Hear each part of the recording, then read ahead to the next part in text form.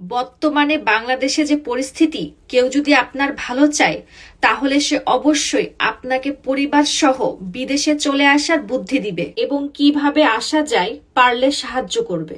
হায়াত এবং মৃত্যু আল্লাহর হাতে, তারপরেও মানুষ যেই দেশে থাকে সেখানে সবার আগে নিজের এবং পরিবারের নিরাপত্তা আশা করে। যেমন আমেরিকায় আলহামদুলিল্লাহ বাথরুমে জানালা ভেঙে বা দরজা ভেঙে মানুষ ঢুকে আসবে এমন কোনো ভয় নেই। লোহা দিয়ে দরজা জানালা বানানো লাগে না, মানুষ নিশ্চিন্তে ঘুমায়। ঘরের ভিতরে জন্তু জানোয়ার ঢুকে পড়লে ততটা ভয় লাগে না যতটা অপরিচিত কোনো মানুষ ঢুকে পড়লে ভয় লাগে, কারণ কিছু মানুষ জন্তু জানোয়ারের থেকেও হিংস্র হয়ে থাকে। বিদেশে আসলে অন্তত সন্তান পরিবারকে নিয়ে নিরাপত্তায় থাকবেন। মেয়েকে স্কুলে পাঠানোর পর টেনশনে থাকা লাগবে না। দেখেন, এই পুরো পৃথিবীটা আল্লাহ মানুষের জন্য সৃষ্টি করেছে, কিন্তু মানুষ এটা ভাগ ভাগ করে দেশ তৈরি করছে। যেই দেশে আপনি নিরাপত্তা পাবেন, সুযোগ সুবিধা পাবেন, আমার মনে হয় সেই দেশেই থাকাই ভালো। চেষ্টা করুন সন্তানদেরকে একটা নিরাপদ দেশে রাখতে।